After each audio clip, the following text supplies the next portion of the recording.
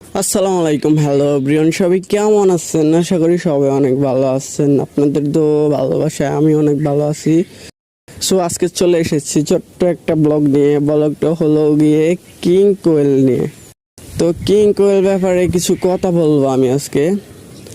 মূলত হলো গিয়ে কিং কোয়েল হচ্ছে শৌখিন জাতের একটা পাখির মতন। কিং কোয়েল নিজের ডিম নিজে ফুটিয়ে বাচ্চা বের করতে পারে।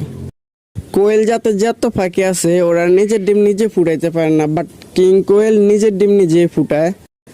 তো বলতেছি যাদের কিং কোয়েলের বাচ্চা লাগবো বা কিং কোয়েলের 20 ডিম লাগবো বা রানিং পেয়ার লাগবো, তারা আমার সাথে যোগাযোগ করতে পারেন। বলে না যে দেশি কোয়েল পাখি যে গাছে বাসা টাসা করে, ওগুলা লাগলে ওগুলো আছে আমার কাছে, ওগুলোও নিতে পারবেন আপনারা। আর যদি চিল্কি মুরগি লাগে তাও যোগাযোগ করতে পারবেন, আমি দিতে পারবো ইনশাল্লাহ। আর যাদের মাংসের জন্য পুরুষ কোয়েল পাখি লাগে, আমার কাছে কিছু পুরুষ কোয়েল পাখি আছে, তারা যোগাযোগ করবেন আমার সাথে। আমি আপনাদেরকে পুরুষ কোয়েল পাখিও দিতে পারবো মাংসের জন্য। ওগুলোর রেট বেশি না, রেট আমি বলে দেবো আপনারা আমার সাথে যোগাযোগ করলে। আর সবাই ভালো থাকবেন। আজকের ভিডিওটা এতটুকু। সবাই আমার জন্য দোয়া করবেন যেন আমি সামনে আমার খামারটা আরও বড় করতে পারি। ভালো থাকেন সবাই, আল্লাহ হাফেজ।